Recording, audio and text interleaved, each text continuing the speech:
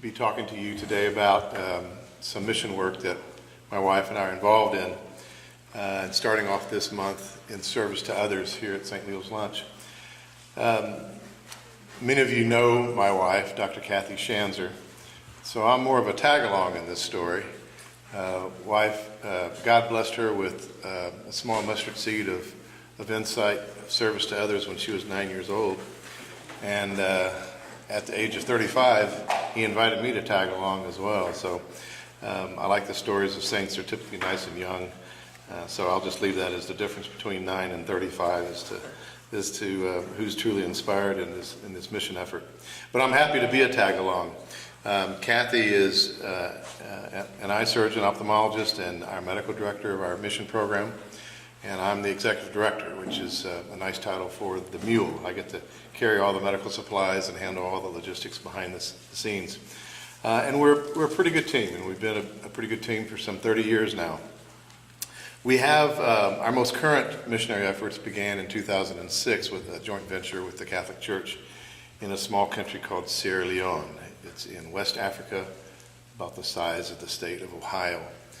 And 180 or so miles west and south of the capital, east and south of the capital city, is a little village of about 5,000 people now called Sarabu. And we operate an eye clinic there in that village. But to go back to this concept of the mustard seed, when Kathy was 9 years old, she was in the third grade, and she heard a Maryknoll priest talk about his work in Africa. And that really was the initial inspiration. Kathy never let go of that talk or that image or that desire to follow in that man's footsteps. And she decided then that someday she would be doing missionary work in Africa. By high school, she was inspired for a variety of reasons to head toward medicine. And so she combined those two thoughts. And when she finished up her training in 1982, she began to think about developing her medical school in 82 and then her ophthalmology training in 85. She then thought seriously about combining all of her talents into a missionary effort.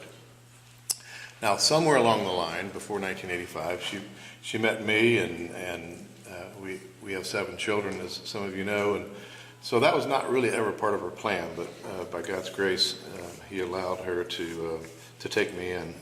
And I think she considers that she has 8 children, actually.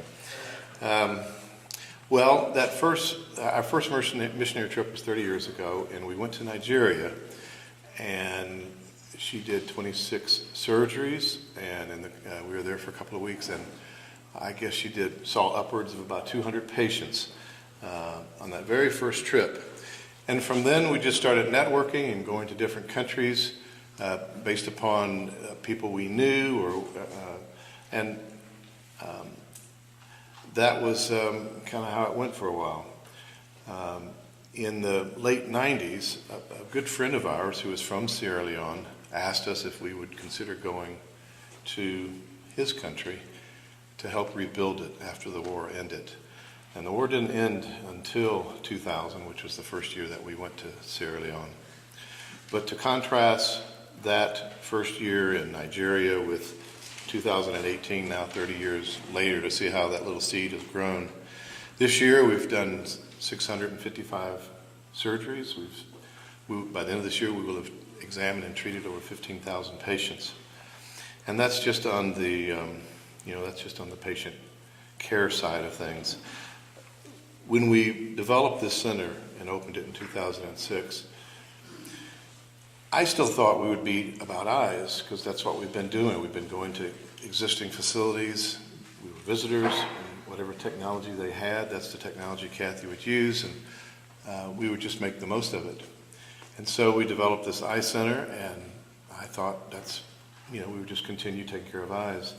But as we started coming back to the same location, anticipating encountering the same base population, we quickly became citizens of that little village, and we began to recognize all kinds of different needs.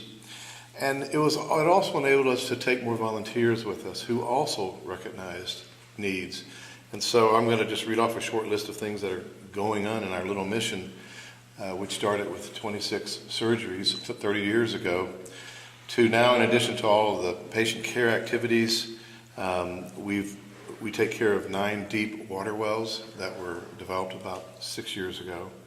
I go all the way down to the aquifer and gives this village for the first time in their history really good clean water, which is just a huge issue in most developing countries. There are, through the efforts of Feed My Flock here at St. Louis Church and Holy Spirit Feeds at Holy Spirit Parish, we dish out about 150,000 meals now a year in our program. We've awarded over 700 students full tuition scholarships to go to school from the village, from kindergarten to college. We have 3 or 4 graduates now from college and a handful still in college.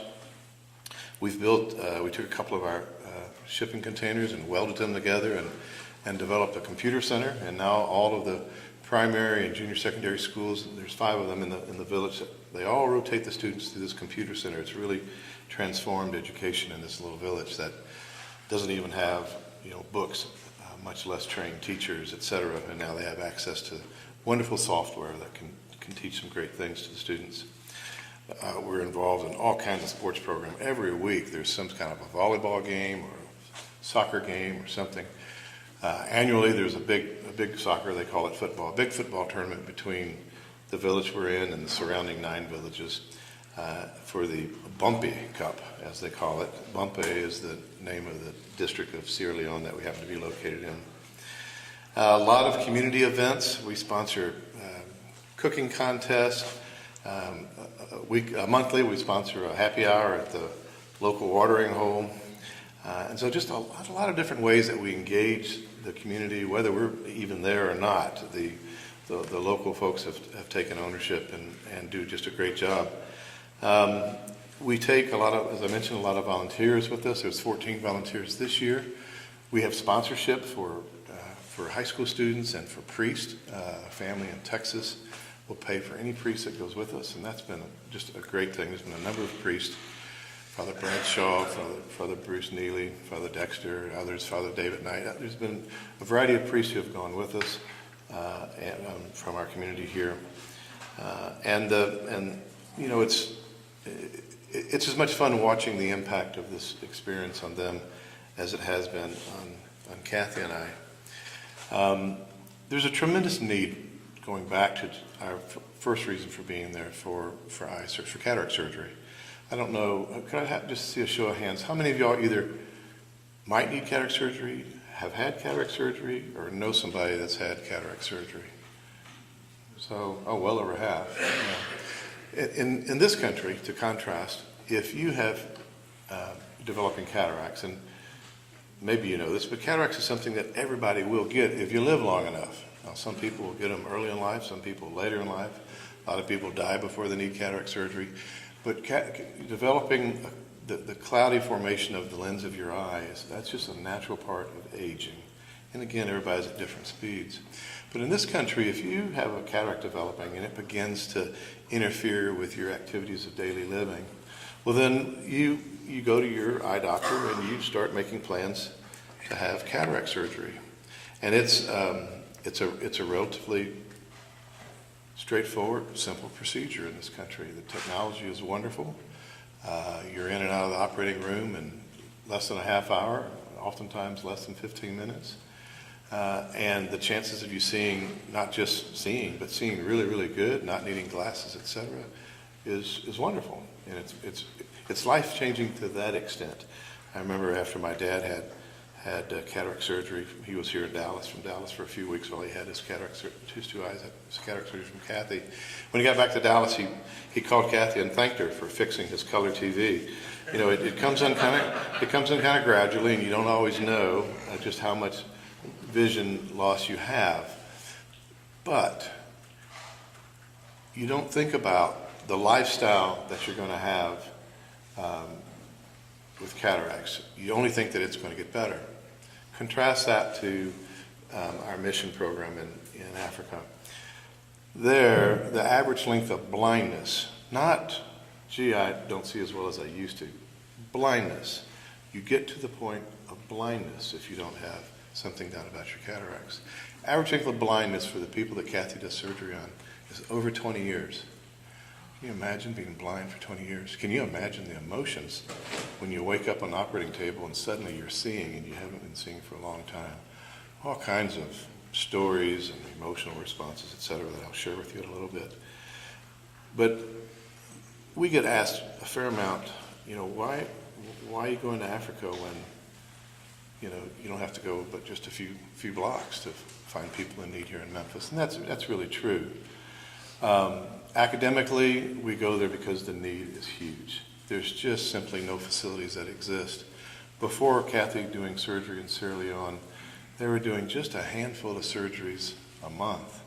And our mission, only 655 cases, that's not a lot of surgery. It's a lot of surgery for 2 visits a year, but it's not a lot of surgery by our standards. But that's 90% of the eye surgery, or the cataract surgery that goes on in Sierra Leone. And it's not just Sierra Leone. Patients now are coming from the surrounding 6 countries. They know that we come each January and each June. And after Christmas, they start walking. And as the summer is beginning, they start walking. And so many people, this little village explodes from several thousand to upwards of 7,000 or 8,000. Almost, it virtually doubles in size while we're there. And so that little seed that God planted in this little girl in the 3rd grade has really blossomed. I'll mention that on the tables there are some newsletters that describe our most recent missionary activities, as well as some highlights of our 30 years of activity. You're welcome to take one home. And I'll go ahead and extend an invitation to any of you now. I mentioned volunteers that were with us this year. We've had as young as 12-year-olds come, and we've had Father David Knight at 84 was the oldest we've had. We've had families that go with us. We've had brothers and sisters. Both our moms have been there. There really is something for everyone to do in this village. We have full run of it. And the reason there's something to do for everyone is because the number one ministry in any of these sort of mission settings, if you've ever had the blessing of being on a mission, is the ministry of being present, just being there. Yes, you'll have your own talents. You might be interested in construction, or you may have an angle toward medicine in some way. Or you may just be interested. We have so many high school students that come and they're interested in medicine, thinking about, well, maybe when they go to college, they may want to someday apply for medical school. There are 2 medical students, active medical students right now, that before their mission trip with us were in totally different directions in college. After the mission trip, applying for medical school, wanting to be medical missionary doctors someday is their goal. So it's quite rewarding to see the impact that it has on people's lives. The main reason, though, that we go to Sierra Leone, yes, there's a great need, but the main reason is the people. And we certainly have felt called, or at least I'm sure Kathy was called to this. When we first went to Nigeria, I can't really say that I was called. I was fearful. I thought, golly, I married somebody who's crazy enough to go to Africa and get herself killed. And I guess I'll go with her. That was about how deep my faith journey was at the time. And when we got to Nigeria and at the airport, and these, maybe they were adults, but they looked like kids to me, carrying these big M16 guns and buttoned up against all of our medical supply boxes. I was pretty sure that we were not going to survive in a good way on this trip. So all of my fears started getting, just worse.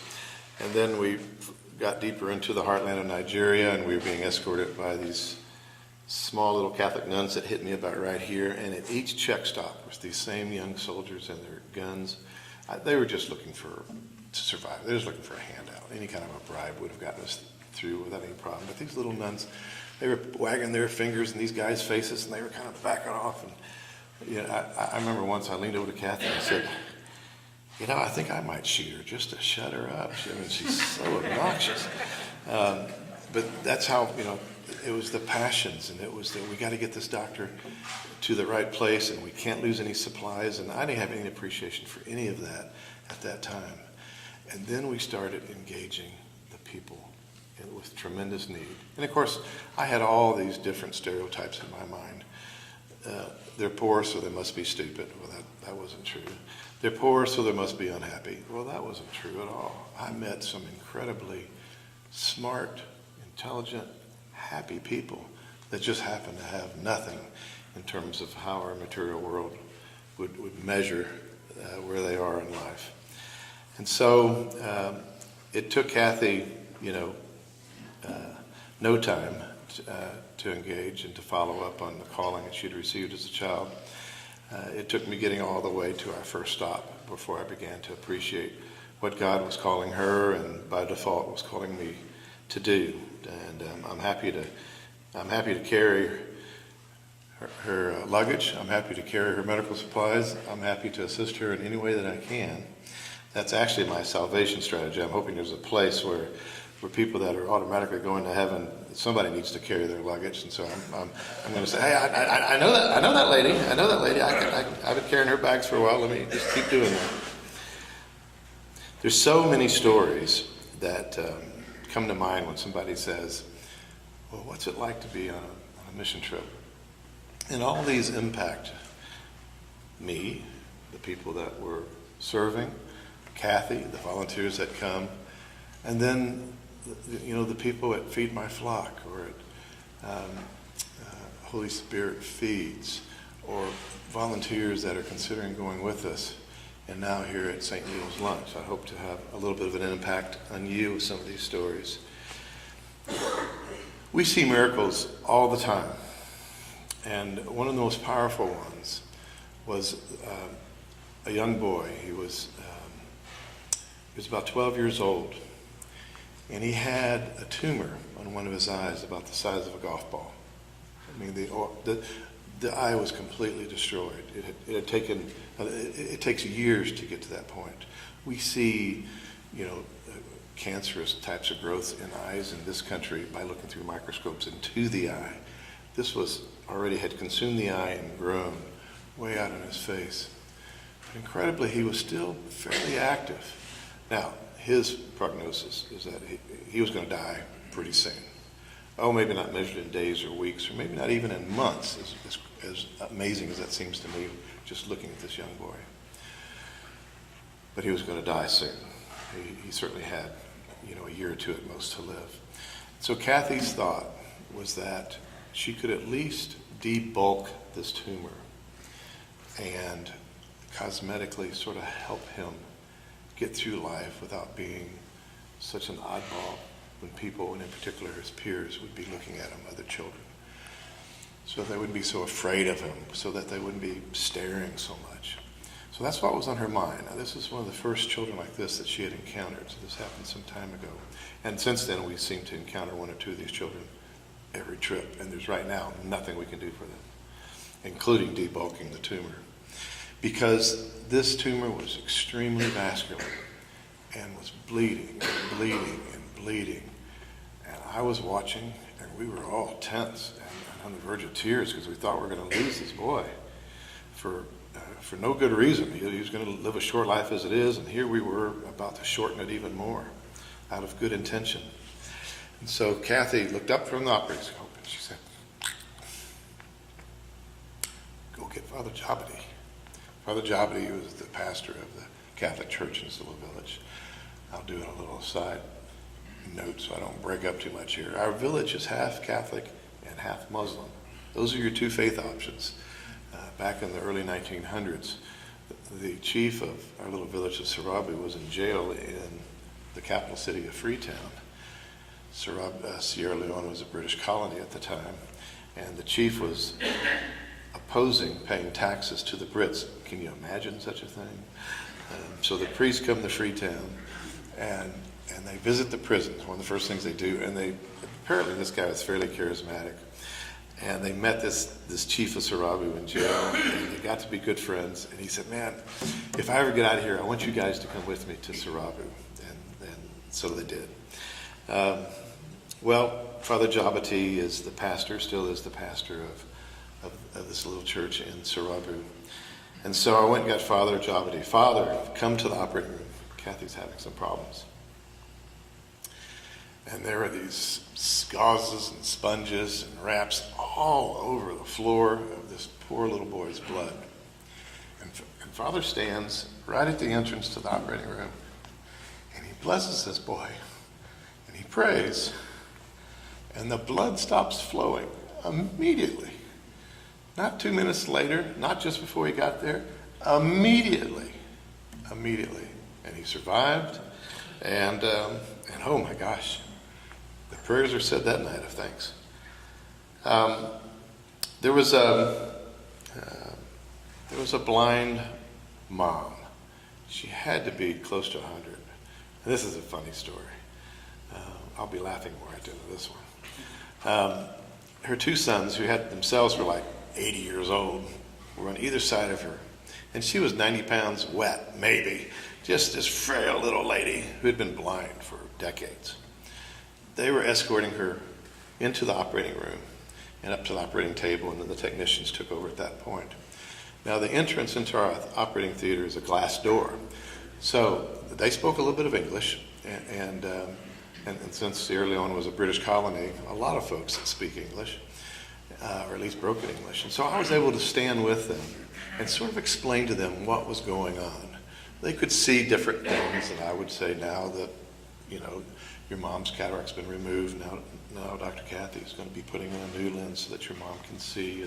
If the rest of the eye is healthy, we won't know until the procedure is over if everything else is still working. Most of the time it does.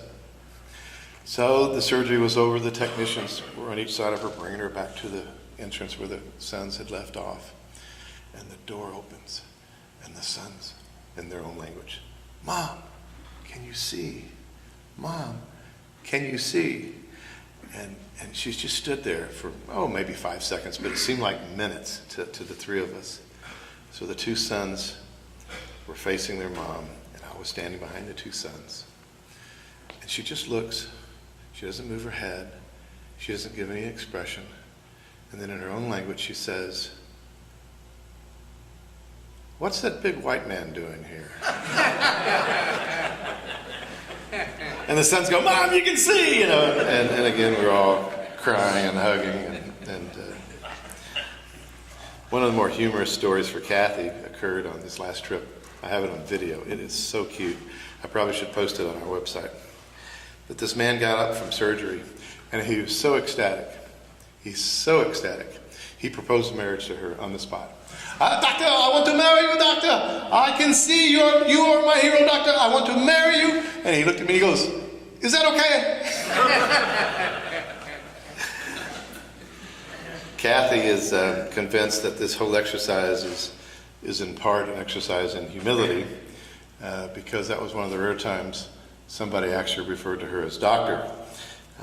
When we first built the clinic, when it was in construction, I was there for a few months ahead of the opening. Yes, it was difficult to find laborers that could do the construction, laborers that could wire the building, and laborers that knew anything about hooking up generators and water systems, and et cetera, that we had to have in order just to do the work. But the most critical step was having a man from the United States meeting with the leadership men of the village to get approval to build an eye clinic. We had done a trial clinic the year before, so they knew of us. And they knew that Archbishop Ganda, who was the bishop at the time, he and I and Kathy had put this joint venture together. They knew that Archbishop Ganda trusted us. And so they were all on board with it, but we had to go through the formality of it. And they were so excited that I was going to be bringing my fine woman. And that was her name for the first 10 years or so. It wasn't Dr. Shanzer, it wasn't Dr. Kathy, it wasn't even Hey You. It was Mr. Tom's fine woman. They would watch her do all the work, and then they would seek me out to say, thank you for bringing your fine woman. And Well, I'd like to spend a few minutes talking about the impact all of this has had on our faith journeys. And I say our, thinking mostly of me and Kathy, but it's impacted a lot of faith journeys, to be sure. I suppose the first thing that it's done is it's really kind of merged our journeys. I mean, we're all accountable for ourselves, however that's going to work out on Judgment Day. I don't think that I'm going to be accountable for Kathy's behavior, and she certainly doesn't want to be accountable for my behavior.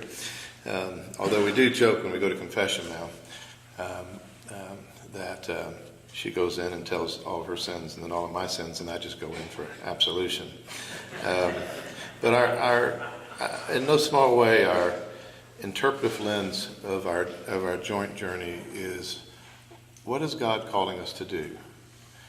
And yes, that's a question we have a lot for our mission work, but it's really our way of life on anything that we might be involved in there or elsewhere. And I would say that, we took that first mission trip 9 years into our marriage. And now 39 years later, I can certainly look back and see that our mission work, and in particular the development of this clinic in 2006, which sucked up so much time, energy, resources, etc., and that frankly we just didn't know if we could even pull it off,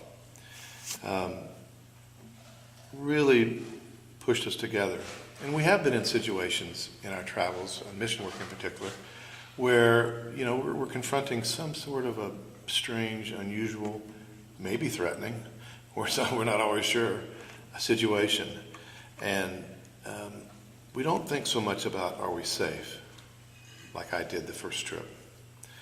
We think more in terms of, what's the call here? What is the call? We love the changes that we see in volunteers that come with us. There's a letter in the newsletter that I would like to read to you from one of our volunteers, one of our high school students who went with us this summer. Dear Tom and Kathy, on our recent endeavors to Africa, I learned so many essential qualities in living a successful life. And before I go into those, I'm going to thank you for showing me God, how to help others, how to make an impact on someone's life by merely talking and by being a good person. After the dark ages, also known as middle school, I lost the ability to truly be happy, as well as I built a wall around myself.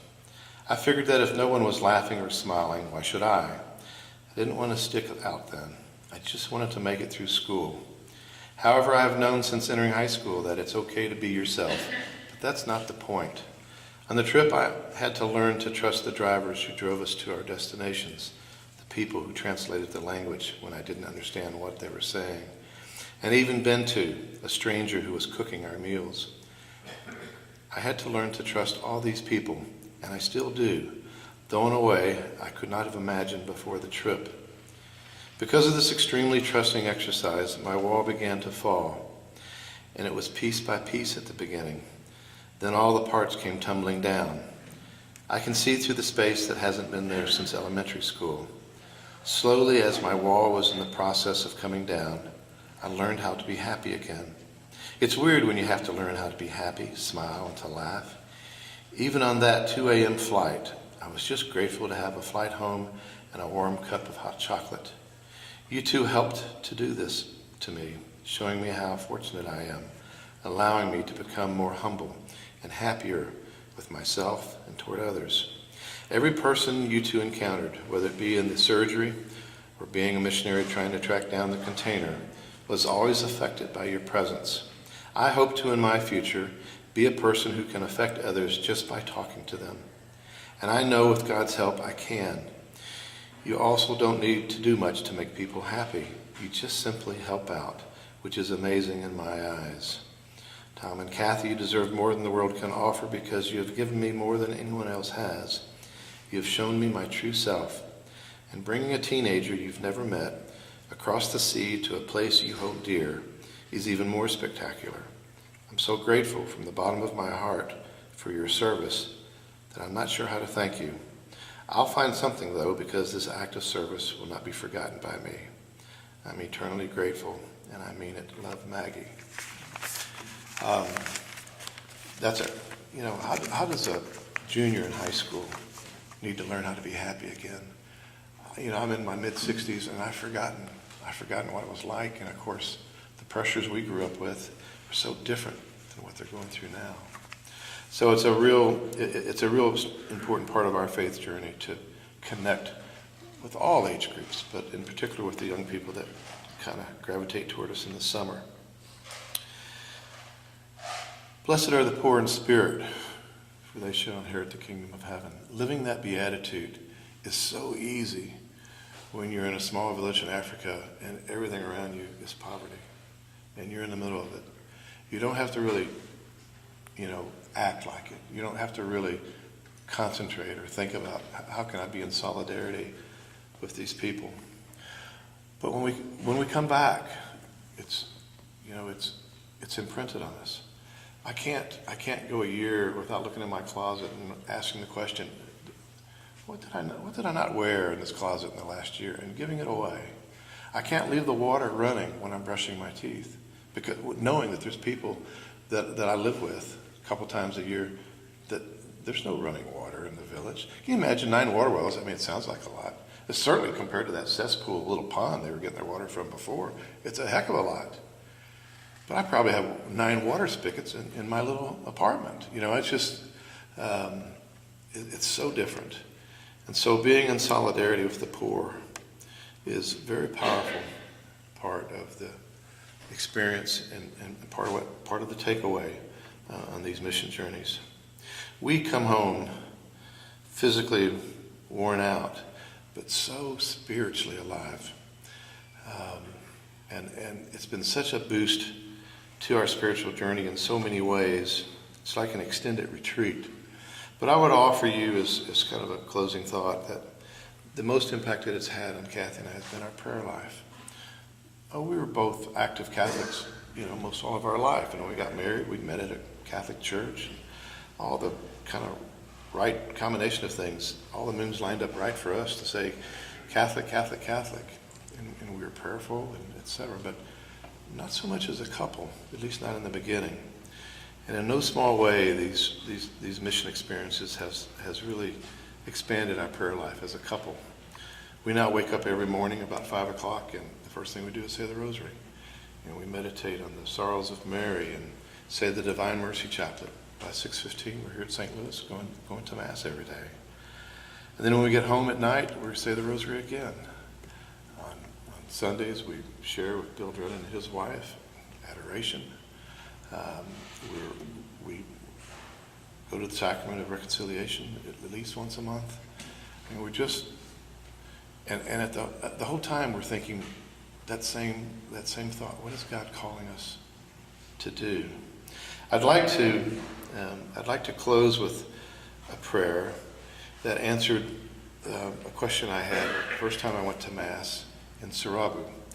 They don't have multiple Masses like we do. They just have one long Mass. It starts around 9:30, and by 1 o'clock, we're going home to have some lunch. So, if you ever come with us, get ready for a 3-hour Mass in Sarabu. It's quite beautiful. And after communion, they pray, thanking God for everything they have. Now, by our material standards, they have nothing. So what does somebody in Sarabu thank God for? And it's very humbling to learn. And the first time I heard the prayer, I just fell in love with it, and I've incorporated it now into my daily prayer scheme at church. And here's how it goes. Oh, my sweet Jesus, I believe I have received your body to eat and your blood to drink, because you have said it, and your word is true. Whoever eats my flesh and drinks my blood will live in me, and I in him. I thank you with all of my heart. Oh, Jesus, you have given yourself to me. Now let me give myself to you. I give you my body, that it may be chaste, pure, and a temple of the Holy Spirit. I give you my soul, that it may be free from sin. I give you my heart, that it may always love you. I give you my will, that it may be yours. I give you the love of those I love most in thanksgiving for your blessings. I give you my struggles that I have each day, joyfully accepting them to show my love for you. I give you every breath that I shall breathe, and especially my last, as a celebration of your infinite mercy. I give you myself in life and in death, so that I may be yours forever and ever. Amen. Thank you all very much.